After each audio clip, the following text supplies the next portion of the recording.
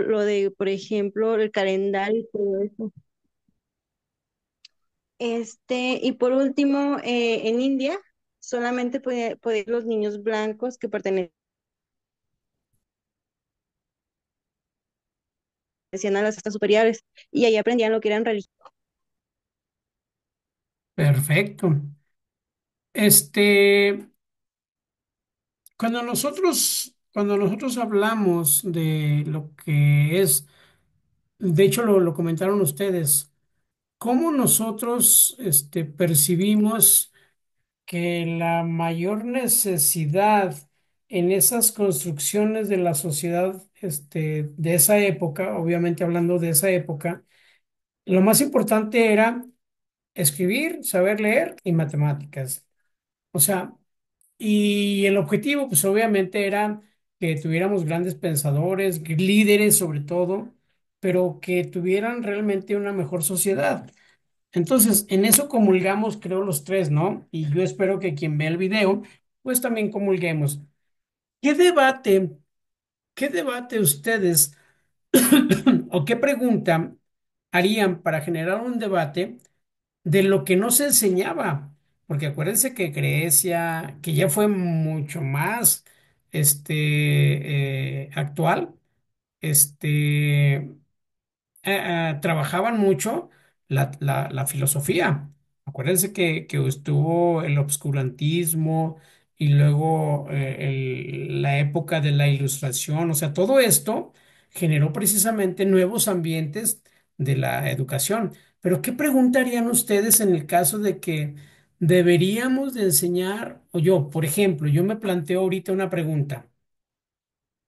En la época de los años 3000 antes de Cristo, ¿qué deberíamos fortalecer en la educación? Esa sería mi pregunta. ¿Cuál sería la tuya, Elvira?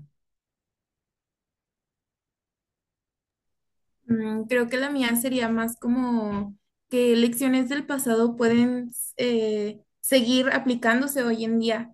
Si realmente las lecciones de antes, les servían para un futuro a las personas o nada más para un contexto, como actual de Ujú. aquel entonces.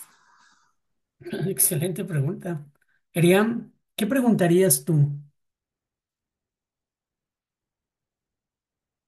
¿Me repite la pregunta, profe? Es que se me está cortando un poquito el Sí, no te internet. preocupes.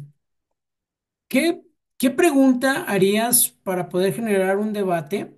¿Qué preguntarías con respecto a lo que analizaste, a lo que investigaste? ¿Qué le faltaría a la educación en ese entonces?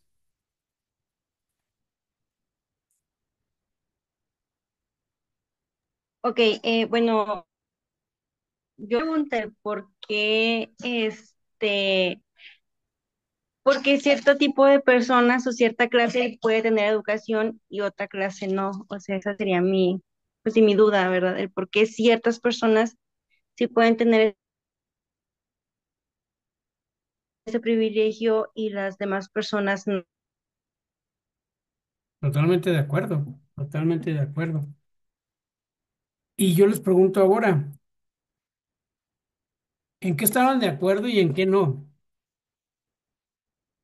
Yo hago, pido mano, no, no se crean. Hoy nos vamos de reversa. Adelante, Elvira, ¿en qué estás de acuerdo y en qué no? De la educación actual a No, la anterior. de ancestral. ¿Cómo que ancestral? O sea, sí, de la educación anterior, ¿no? Ajá, Pues principalmente esta discriminación que aún se tiene, que por jerarquías, pues las personas con mayor rango dentro de la sociedad eran quienes mayor educación tenían, porque al menos en la información que yo encontré, decía que, por ejemplo, en Egipto solamente se le enseñaba escritura y matemáticas a futuros escribas y funcionarios, o sea que las demás personas no podían también tener esta evolución social de antes trabajaba para esto, ahora me voy a dedicar a esto otro, sino simplemente se quedaban en lo mismo. perfecto. Eriam,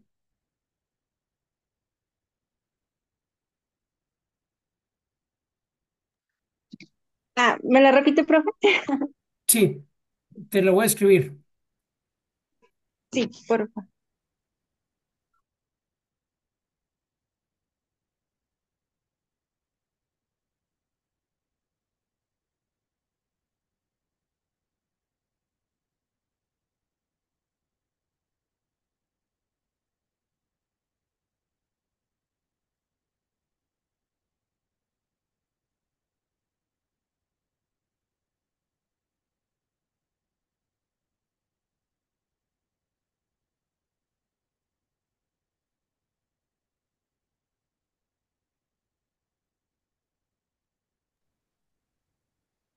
Ya, bueno, aunque estoy de acuerdo con la educación anterior, pues más que nada que hubiera educación, o sea, que si hubieran como que, no sé, hubieran como que analizado el tema de que hay, ocupamos que las nuevas generaciones, sepan lo que yo sé, o sea, que le dieran, pues sí, vaya, o sea, oportunidad a las nuevas generaciones el pasar su conocimiento a otras, a las nuevas, pues sí, a los pequeños que iban a la escuela. Sí, sí, sí, sí, sí, totalmente. Fíjate que lo que acaban de aportar ustedes dos se me hace totalmente parte de las preguntas que hoy en día se hacen los grandes pedagogos, grandes filósofos, grandes psicólogos. Pero yo tengo una en la cual obviamente a mí me repatea mucho el hecho de por qué la mujer esa segregación, o sea, ¿por qué la separación? ¿Cuál era su pensamiento realmente del por qué separar o por qué dividir a la mujer, entendiendo perfectamente el machismo, entendiendo perfectamente esa parte de sumisión, o sea, toda esta parte? Pero ¿dónde nace? O sea, ¿dónde nace esa, ¿cómo se llama? Esa división donde el hombre es mejor que la mujer. O sea, ¿en qué momento alguien, o sea, alguien hace eso? Porque a partir de ahí, la misma Biblia habla en primera persona del hombre. Entonces, ya venía arrastrando este posesionamiento o este posicionamiento con respecto al género. O sea, ¿por qué no aceptar la, la empatía de género? Eso sería como que, ¿en qué momento, no? ¿En qué momento y el por qué? Yo contesto. Alguien notó que la mujer era igual y dijeron, no, la mujer va atrás. Que afortunadamente hoy en día, pues vamos quitando esa parte, vamos eliminando esa parte de que la mujer no es capaz y que nos hemos dado cuenta que es capaz y posiblemente en algunas áreas mejor que nosotros. ¿Sí? Pero bueno, ese es otro tema, ¿eh? Pero que es parte de la educación. Por eso les digo, muchas veces me desvío, pero con la ejemplificación. O sea, no es como que es que el profe es machista, es que el profe. No, no, no, no, no. O sea, llevo la equidad siempre. Trato de analizar el porqué de las cuestiones. Estamos hablando de historia. Y obviamente la historia, pues se permea a través de esta división. Bien. Pues vamos a continuar con el tema de nuestra historia de la educación y obviamente pues el siguiente punto es cómo realmente nosotros trabajar estas sociedades, ¿no? Desde la época de las cuestiones del esclavismo. ¿Cómo surge el esclavismo? ¿Alguien se acuerda cómo surge el esclavismo?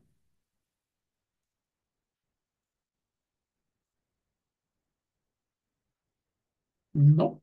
Bueno, obviamente cuando hay esa descomposición, pues existe precisamente esa parte de que alguien tenía más poder, ¿sí? Alguien tenía más poder, alguien podía más, alguien tenía más propiedad privada Y obviamente había quien no tenía propiedad privada, pero necesitaba alimentarse.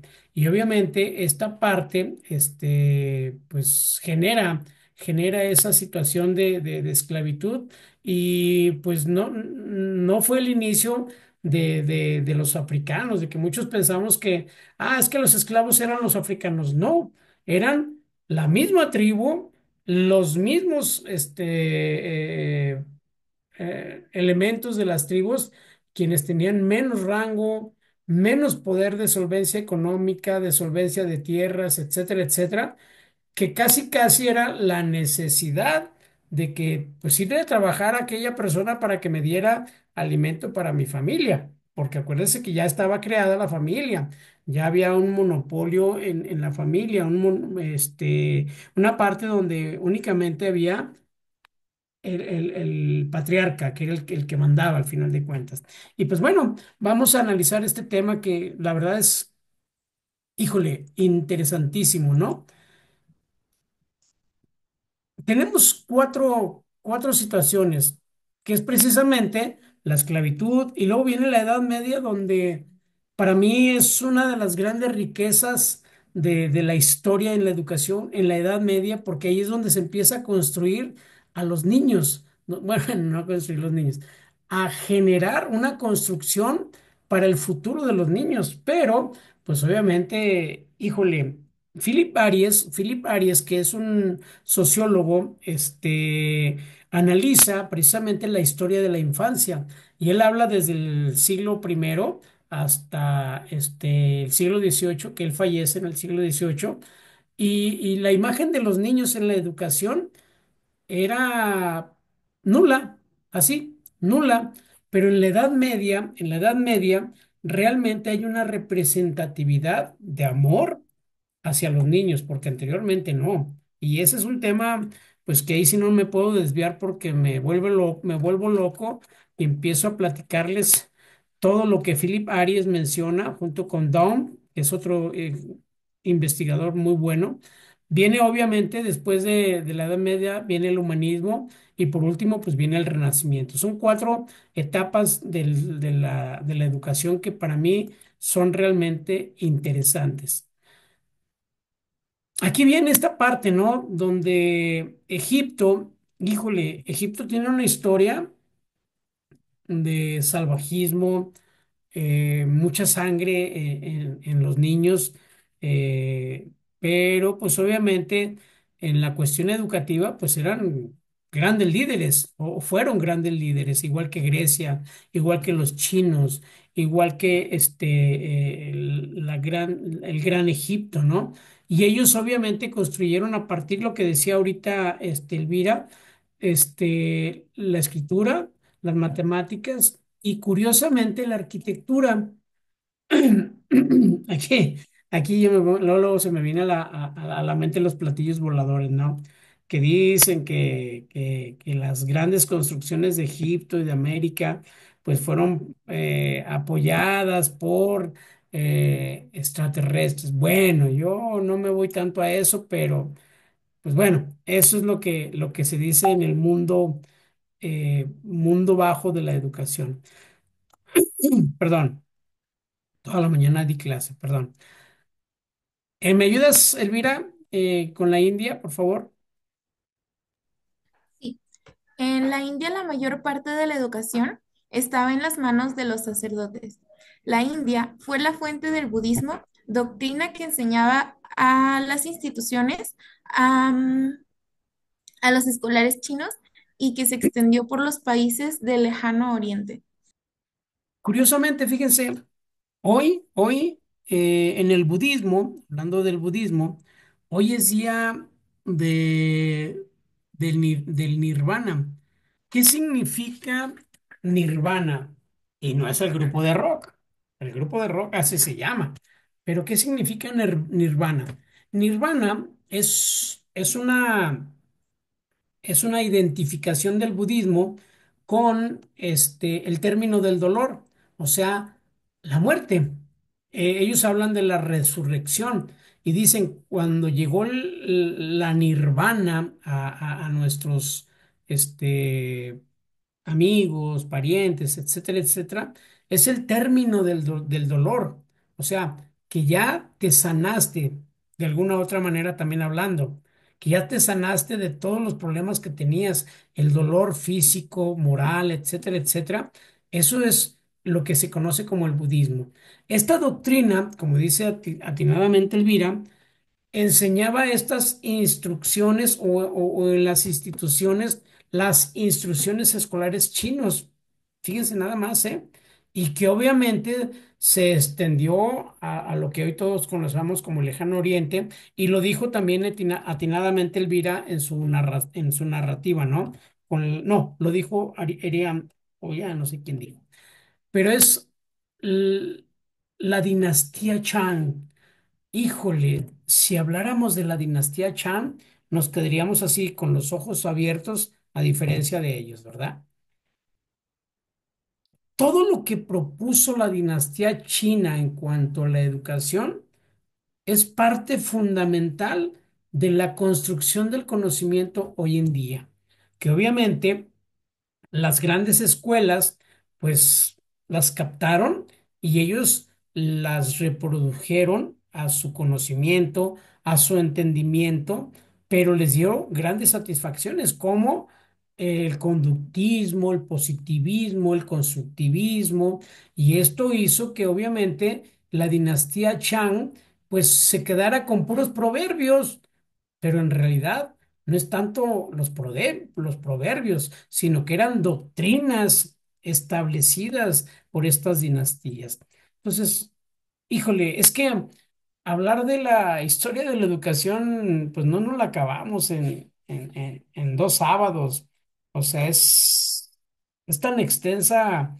Simplemente hablar de Grecia, hablar de China, hablar de Egipto, hablar de Europa como los franceses, no, hombre, es un mundo. Pero nos quedamos aquí. La educación romana. Eriam, a ver si nos puedes ayudar, y si no, sin problema.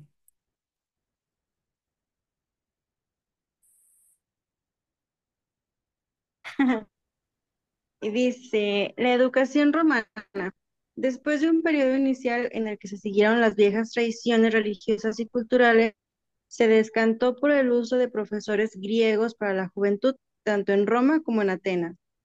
La educación romana transmitió al mundo occidental el estudio de la lengua latina, la literatura clásica, la ingeniería, el derecho, la administración y la organización del gobierno. Muchas escuelas monásticas, así como municipales y catedráticas, se fundaron durante los primeros siglos de la influencia cristiana. O sea, fíjense, desde la educación romana, pues resumimos, al final de cuentas, se fundaron durante los primeros siglos de la influencia cristiana. O sea, pues ahí está, ¿no? Y volvemos a lo mismo. La tradición romana en el sector educativo. Ustedes saben que anteriormente eran reinos, o sea, había el reino otomí, el reino romano, el reino inglés, o sea, eran reinos, eran como colonias en el mundo y cada una tenía un rey. Ya no voy a hablar más de la separación. No querían, más bien en sus leyes, la mujer no podía ser reina, sino que pues era el rey y tenía que casarse con alguien para que quedara el rey como parte de esa familia. Pero bueno, no es el tema, pero les digo, a cada ratito me salgo, pero hay un porqué. Esta situación de Roma, obviamente, generó esa lengua latina, que es obviamente todo, como todos conocemos, este, genera Portugal, el portugués y luego el Imperio Romano, cómo ellos generan esa cohesión. Y hoy en día, pues hablamos, si ustedes se dan cuenta, español, francés, italiano y portugués es muy, muy, muy, muy similar, ¿Por qué? Porque llevaban precisamente esa difusión, esa difusión en cuanto a este tipo de lengua. Acuérdense, América Latina está conquistado por españoles, portugueses, franceses, y luego ya después vienen otras colonias que obviamente son como mucho más tarde, los alemanes que le pelearon a España, etcétera, etcétera. Entonces, por eso es que nuestra lengua es tan diferente en América Latina. Sabemos que en América Latina hablamos portugués, hablamos español, hablamos inglés, hablamos francés, o sea, pues se supone que América Latina, pues es hablar el español o el latín, pero pues obviamente creo hasta el momento, quisiera investigar, nadie habla latín ya hoy en día. Entonces es por eso que esa construcción. Pero entonces, para poder resumir la educación romana, pues obviamente venía de esas tradiciones religiosas y sobre todo culturales, ¿no? Y que obviamente terminó al final de cuentas en la parte de cristianismo. O sea, es lo que nos dejó realmente la educación romana.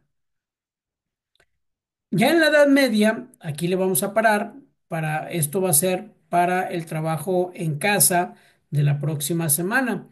Les voy a enviar esta presentación y me van a hacer un análisis de la Edad Media y es la que les voy a enviar. Este sería el punto.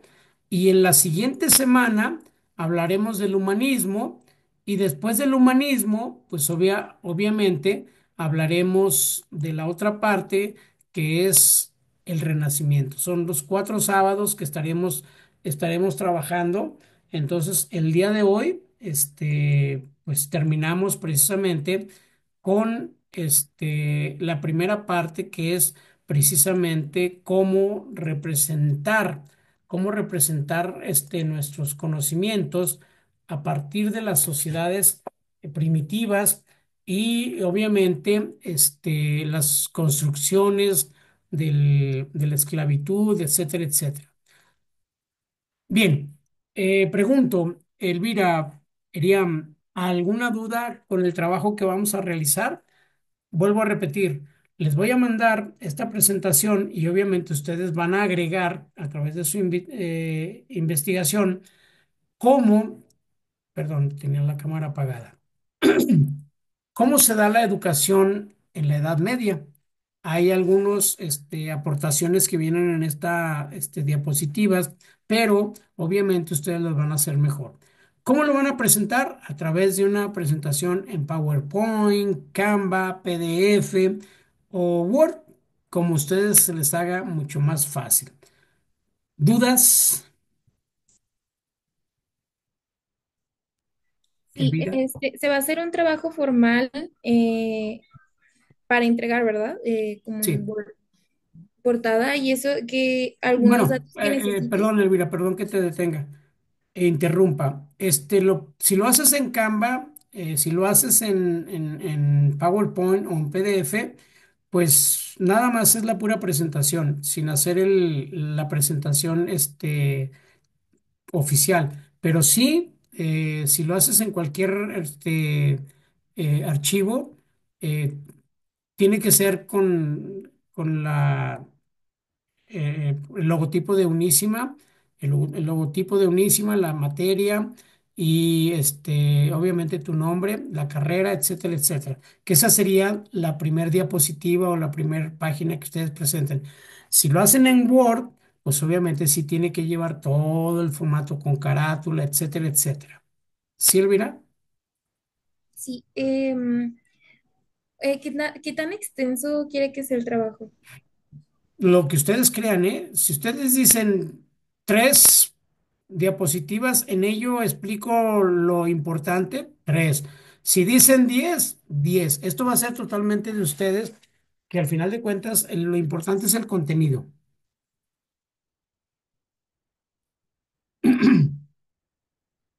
¿Irían? ¿Alguna duda?